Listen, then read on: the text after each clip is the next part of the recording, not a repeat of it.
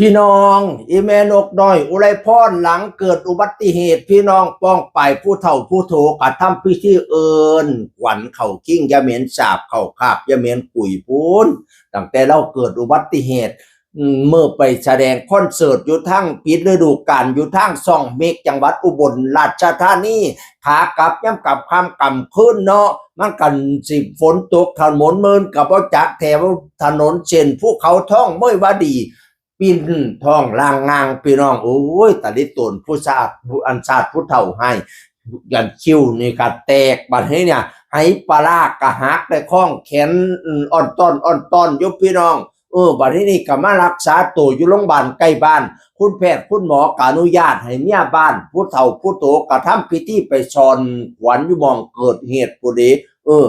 มาเด้อขวัญเอ้ยขวัญตกน้ำสิลงงมขวัญตกตุ่มสิลงคันสวิงค่ำสิได้ปลายสอนเอาละผู้เฒ่าก็สอนเอาละเนาะบัดนี้บัดสิถือขวัญแล้วก็เฮ็ดดินคือตัวแล้วก็ยุ่มเอาอันมือหัดเอาไว้บ่ให้มันดิ้นตัวเอาเปียมาใส่คาบใส่ขิ้งอยู่บ้านเฮาเปียพี่น้องเอ้ยให้เขาคิงยาเหม็นสาบให้เขาคาบยาเหม็นกุยเด้ออีแม่เอ่ยบัดนี้เนี่ยเพิ่นไปสอนเอามาแล้วให้มาอยู่เนี่ยอยู่คิงขวัญเจ้าไปอยู่น้ำวังเลิกกินปลาไปอยู่หน้าทงหลวงกินข้าวผีให้เจ้าหากเกี่ยวมากผีให้เจ้าค่ายให้เจ้ามาได้ท้องเป่าเข้าผีเพิ่นว่าเข้าดินดากมากผีเพิ่นว่ามากดินแดงแกงผีเพิ่นว่าแกงขี้เหี่ยกินได้กับไวโซให้เจ้าโสขึ้นมาบ้านกินอาหารยันเฮาแต่งแกงเลขขัวหอมกลุ่มสู่งานสัวงานมาเด้ออีแม่เอ้ยมาเข้าเนี่ยเข้าคิง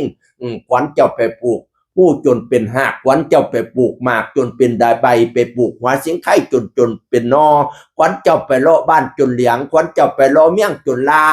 ให้มาสามื้อนี้วันนี้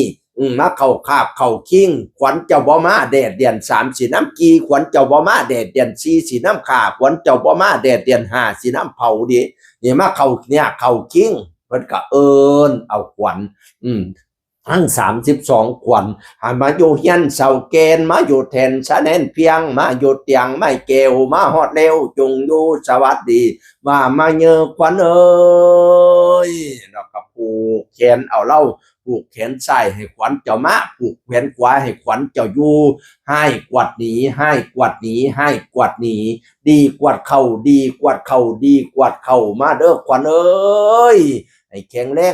งบัดเนี่ยให้เจ้าแจ้งปันดาวให้เจ้าเขาปันฝ่ายความเจ็บยาสุใดความไข่ยาสุมีบัดนี้เนี่ยแนวใหญ่ให้ยาสุมาเปื้อแนวใดเหอะยาสุมาเปลี่ยนแนวใดบ่จบข่อยสีแนวใดบ่ดีข่อยสิล้างให้ขาวงามจังหอยอย่างยดย่อยน้ำปนยาสุมีบัดนี้เนี่ยให้เจ้าแข็งปันผ้าให้เจ้ากล้าปันตะวันถือแดดกะยะไม่เป็นไข่กะยะหมองสุดไปพ้นให้เจ้าพ้นมาไม่สุดไปไม่ให้เจ้าแตกยอดมาไปกะยะฆ่ามากกะยะของอย่าได้มนเกิดตองอย่าได้หมองเกิดเท่าอย่าได้เก่าเสียสีให้มันนั่งดีสีใสสองพละกำลังปองไพ่ตองอย่าได้มีสุขะสุขิลนกำลังคนล้นลื่นอายุยืนฮอดร้อยจนสิ้นศาสนาผู้เด้ออีแม่เอ๋ยให้แข็งแรง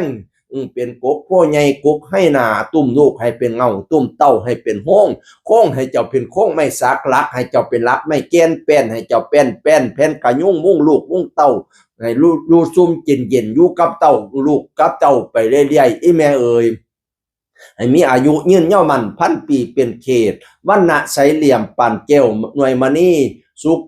ขขิลนเกินคนทั้งหมู่พละกำลังล้นดังพญาสันสร้างกระบอกปานให้อุดมไปด้วยจตุพิษพรไส้ทั้ง4ประการคืออายุวันณะสุขะพลังด้วยกาเทินสา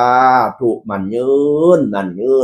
หายวันหายคืนเด้ออีแม่เด้อให้เศร้ามื้อนี้วันนี้เศร้ามื้ออื่นข่อยบ่ถือเศร้ามื้อฮื้อข่อยบ่เว้าคันสิเอาแท้ๆให้เศร้ามื้อนี้อีแม่เอ่ยเสียงอื่นคนเก่าเว้าสู่ฟังสวัสดีครับ